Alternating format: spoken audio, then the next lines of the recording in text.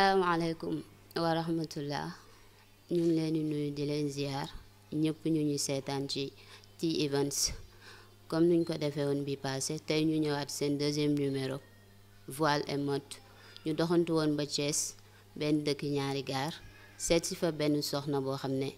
femme voilée la mais aussi dafay yëngatu ci wàllu mode ñu bàyyi leen ak suñu invité mu nuyoo. waaw salaamaaleykum Aïcha maa ngi leen di nuyu suñu mbokk internet yi di nuyu waa Sénégal di nuyu waa Thiès particulièrement sama waa kër alors man maa ngi tudd Marème Sarr ñu gën ma xam ci Lissa di styliste modéliste en même temps étudiante merci. Merci soxna Mariem Sarr plus connue sous le nom de Lissa styliste modéliste ñu bëggoon a xam depuis quand nga dugg ci muuru. ok merci Aïcha alors man maa ngi dugg ci voile bi depuis je crois 3 ans depuis may def seconde laa ko commencé woon bon jusqu'à présent oui c'est ça. D'accord depuis 3 ans nga nekk di muuru nga ne bu ngay def seconde nga ko commencé ñu bëggoon a xam lan moo la poussé nga dugg ci di muuru. ok donc avant tout man de musulmane la je sais que ni loolu daf ñu wax bu ñu ko defee ak bu ñu ko defu yëpp daf ñu wax en même temps aussi man daf ma mus a neex parce que sama période bi may nekk sama enfance quoi d'habitude dama daan muuru di dindi genre alors ma dem ba commencer mature et tout ci laa ko def na ma continuer ko oui c'est ça dama ko mus a bëgg. D'accord danga ko mës a bëgg depuis enfance dangay muuru di dindi di muuru di dindi ba il y a 3 ans nga def ko continuer ko ñu bëgg a xam naka ngay dundee muuraay bi.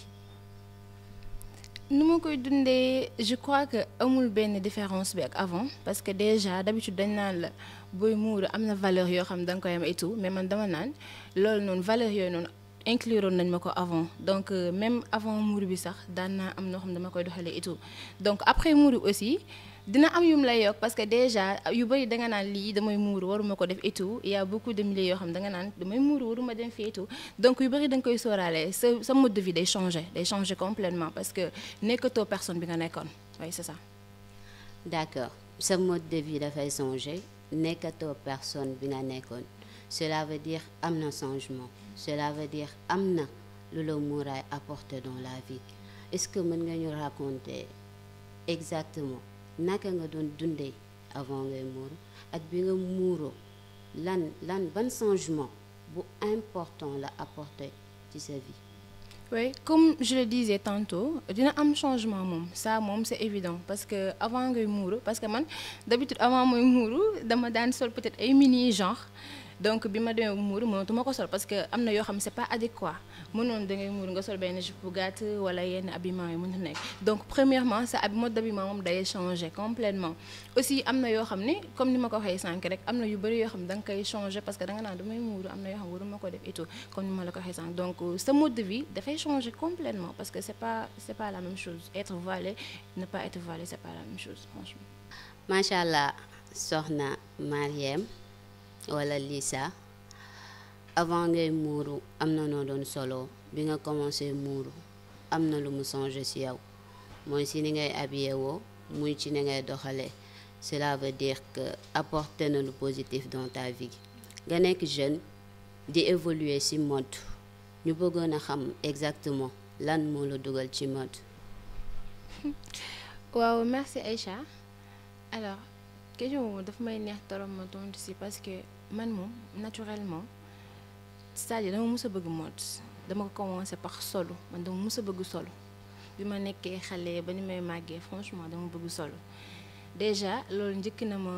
dugal ci loolu donc après damay dem ba ci biir comme ni may màggee et tout juste affaire bi nag mi ma dikkee bi ma amee bac alors maa ngi commencé woon ci parfum yi juste dama waxoon que ni am naa bac comme ça te bëgguma toog noonu vacances yi xëy nelaw jug yooyu noonu daf may déranger comme tàmm naa di yëngatu nii ma ni garaaw naa dem jéem a xool lu ma def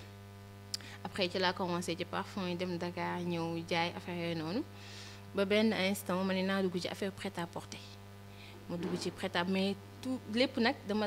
jëloon concentré wu ci góor ñi dama doon wax élégance chez les hommes ma commencé ci góor ñi di jaay habillement prêt-à-porter et tout après ci laa commencé comme dama bëgg à chaque fois may wane lu bees et tout ma ni pourquoi pas ma dugg ci tailleur bi affaire stylisme bi et tout ci laa commencé di waxtaan sama càmmiñ koo xam ne moom bon moom may ñawal gay topp maa ngi koy saluer de passage parce que jàpp na si bu baax donc moom laa dem waxtaan si ak moom et tout après ma waxtaan si moom benn frère moom aussi mu encouragé ma et tout donc ci laa commencé nag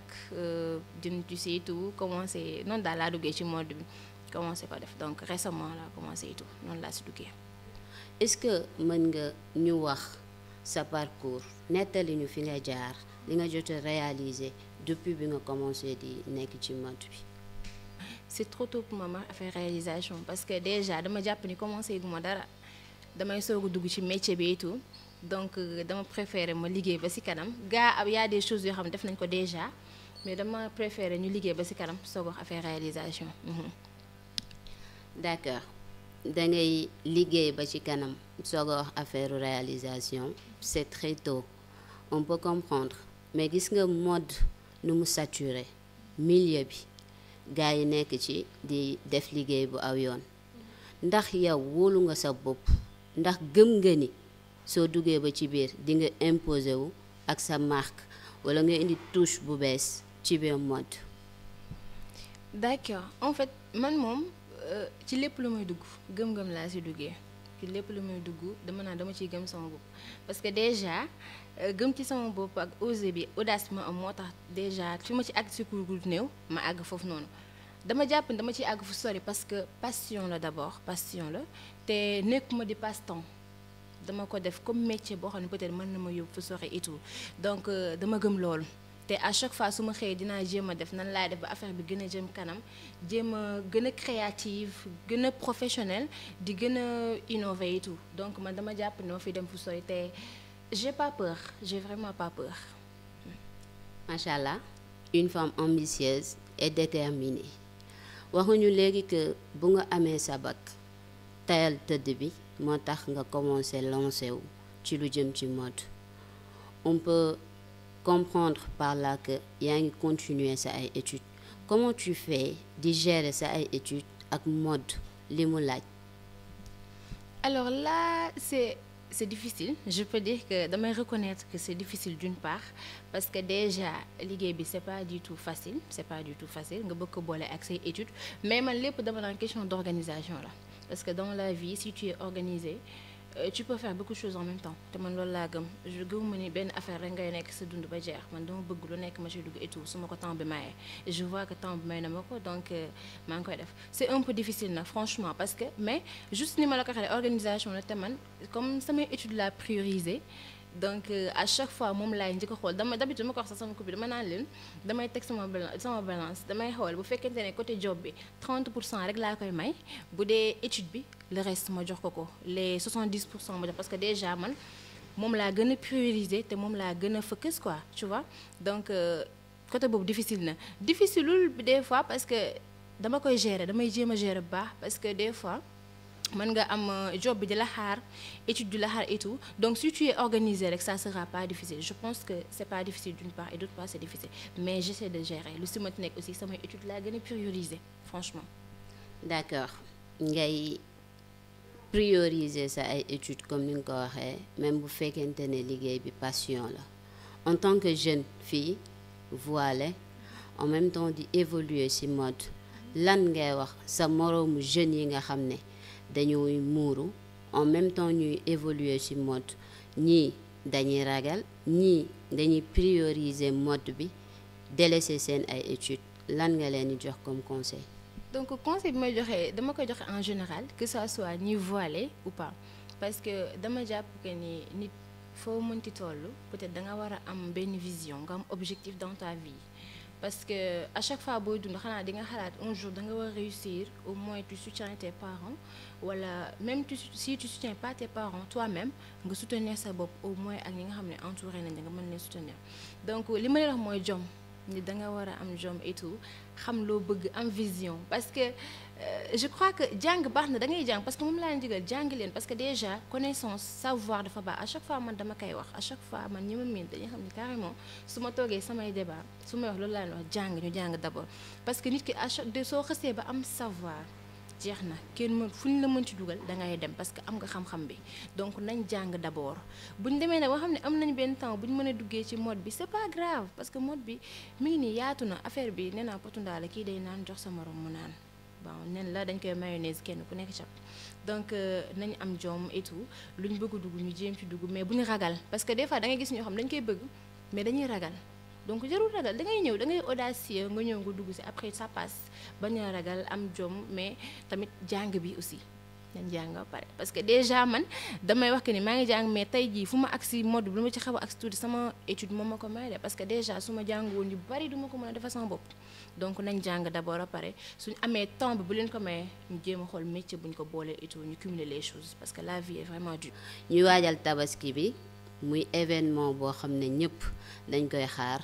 ñëpp di ci préparer ay sañse yu macha allah ak niñ la gisee nii est-ce que mën nga ñu wax lan nga préparer suñu jigéen ñi ak suñu góor yi comme d'abord c'est l'élégance chez les hommes lan nga leen préparer pour que tabaski yi ñu mën a fël feneen fu doy waar. alors comme ñun lu ñuy wax rek à chaque fois comme ni ñuy waxee slogan lissage prestige dañ naan votre élégance notre vanité donc à chaque fois dañuy jéem a dox ci élégance que ça soit chez les hommes que ça soit chez les femmes quoi donc tey ci tabaski bi tendance tabaski donc dañu génnaat ci super son ak Teibo donc Teibo lañ génnaat def ci ay design yu nice modèle yu rafet je pense que dina jàll après ci image et tout di ngeen ko gis donc foofu daal lañ génnaat rénové nañ génnewaat nañ lu bees tax jigéen ñi aussi génne nañ leen fi bees tax donc dinañ kontaan tendance tabaski baa ngi ñëw waaye dinañ kontaan. d'accord suñu jigéen ñi dinañ kontaan suñu góor yi tamit dinañ kontaan tendance tabaski lissage prestige d'accord léegi am na lu ñu bëggoon a xam mooy est-ce que prix yi c'est abordable ku bëgg ci yére tabaski yi génn fu bees naka lay def. alors man moom comme damay wax rek comme man jeune laa damay jàppee ni samay clientèle aussi jeune lañ comme man tu vois des fois mën nga am d'autres clients mais dama jàpp ni man samay clientèle jeune lañ donc dañuy wut donc man à chaque fois samay prix dama koy jéemal di ko def mu abordable samay clientèle yëpp xam nañ ko franchement samay prix abordable na trop en plus jafewul pour nga am ko à chaque fois ay prêt-à-porter dañ koy am il suffit que nga wootee nga wax modèle bi laa bëgg et tout nga commandé mu jeex on te livre ça les prix sont vraiment abordables franchement. d'accord kon yéen ñuy seetaan dégg ngeen ko les prix sont abordables accessible na nice na boo leen ci génnee génn fu rafet Lissa wala Mariam Sarr tey lan ngay tàggatoo ak ñi nga xam ne ñoo ñuy seetaan. alors li may tàggatoo mooy juste déjà benn conseil bu may joxaat sama moroomu jeunes yi croyez en vous croyez en vos rêves parce que la vie est vraiment dure donc instant bi comme ni ñu koy waxee dañu am perte de repère jeunes yi xamatuñ fu ñu jëm xamatuñ lu ñuy def donc lu ma leen di conseiller mooy gëm leen seen bopp d'abord ngeen fonk seeni études ñi nga xam ne dañu nekk di jàng nañ ko fonk parce que kenn mënta jënd connaissance kenn mënta jënd savoir kenn mënta ko jënd donc gëm leen seen bopp ngeen jàng ñi nga xam ne ñi ngi nekk di liggéey aussi nañ gën a gëm seen bopp faire parmi les meilleurs quoi parce que man loolu la à chaque fois dama naa ne man les meilleurs laa soxla sama entourage des fois li sa personne ma leen koy wax dama naa ne man les meilleurs laa soxla tey sama équipe les meilleurs comme ni ko sama référence di waxee Youssou Ndour les meilleurs laa soxla donc soyez les meilleurs parmi vous à chaque fois di leen jéem a liggéey pour ngeen nekk meilleur gëm leen seen bopp ngeen jàng bu baax ñi toll ci job ñu job bu baax ku nekk li nga nekk nga gëm ci sa bopp jéem ci dem de l'avant parce que mën nga ko ki nga xam ne dafa jug un jour nga gis ko nii mu nekk devant dafa rampe am na fu mu jaar donc bul ñëw nga bëgg a sauter des pas ñëwal nga def ndànk-ndànk parce que yombul aussi yombul franchement yombul je vous le dis c'est pas du tout facile day metti trop mais lu metti après day kii day neex incha allah donc je tenais juste à remercier d'abord sama yaay booy parce que tey dama naan lépp moom la parce que bi mu doon metti au début moom moo ci jàppoon tey financement peut-être bi mu njëkk am sama loxo moom moo ko génne mu jox ma ko maa ngi koy nuyu de passage di ko wax que ni bëgg naa ko trop te lu may sonn aussi moom moo tax ak sama famille sama entourage et tout donc maa ngi koy nuyu di ko remercier bu baax di remercier aussi samay frères mes 2 petits frères parce que xale lañ donc man maay seen mag xale lañ mais à chaque fois lu ma wax dañ may jox ay conseils dañuy jàpp sax des fois dañuy gis benn modèle ci télé bi Mariam kaay xool modèle bi photo ko ci télé bi dañ koy wax donc ñoom aussi ñu ngi may jàppale. sama waa famille sama papa aussi maa ngi koy remercier parce que moom déjà couturier la des fois dama koy sonal benn client ñëw ci kër gi man ko kaay jëloo mesure déjà moom ko ci team bi la bokk li sa prestige la bokk moom aussi maa ngi koy remercier suñu waa kër samay xarit surtout samay xarit parce que bàyyiwuñ ma dañ may conseiller lu bari donc du ma lim nag parce que macha allah du ma lim dama leen di remercier ñoom ñëpp ku ne xam nga sa bopp su ma paree aussi dama remercier sama top modèle yi parce que déjà mënoon nañ ma xeeb mais xeebuñu ma bi ma commencé bi ma leen oowee samay xarit lañ ñoom ñëpp mais ñoom ñëpp lañuy déplacé wu ñuy ñëw duñ ma laaj dara tey jii lu ma def man la neex duñ ma laaj dara donc dama leen di remercier mën nañ ma xeeb que Lisa day doo commencé amagul duñ dem parce que duñ fa jëlee dara mais dañuy ñëw ñu defal ma à cœur ouvert ñu ñëw dafa yëre solal ma sama yëre et tout di remercier waa résidence Lat Dior aussi parce que sama premier shooting foofu laa ko defee te da ngay xool lim rëy macha allah laajuma dara franchement tey jii tamit lu ma fa def man la neex maa ngi leen di remercier bu baax di remercier ñëpp maa ngi remercier ñëpp fàttewu ma kenn di remercier sama tata aussi Adja Absa moom ngeen doon nuyu sànq sama cousine yi ci kër yi maa ngi nuyu ñëpp di nuyu aussi waa T Event di leen remercier parce que ñoom aussi ñoo doon def shooting yi depuis ñu commencé et tout fàttewu ma kenn ku ma fàtte jàppal ni yaa ngi ci xel mi xalaat bi ak xol bi maa ngi leen di remercier ñëpp di leen remercier yéen aussi ci invitation bi parce que ça a été vraiment un plaisir donc merci à tout le monde. macha allah comme ni ngeen ko gisee ñun aussi ñu koy remercier ci nii mu ñu dalalee am na solo lool kontaan nañ ci bu baax mu nekkoon suñu deuxième numéro voile et mode ñu ñëwoon fii ba Thiès benn dëkk ñaari gaar seet si fi soxna su macha allah ni ngeen ko gisee suñu beneen numéro dimanche prochain lay nekk incha allah fii si T Events yow moomu di jigéen nekk ibaadu en même temps ngay évoluer ci mode soo bëggee ak foo mënti nekk ci Sénégal ñu fekk ci la fa def ak yow suñu émission da ngay contacter T Events ci 77 625 49 20 merci beaucoup.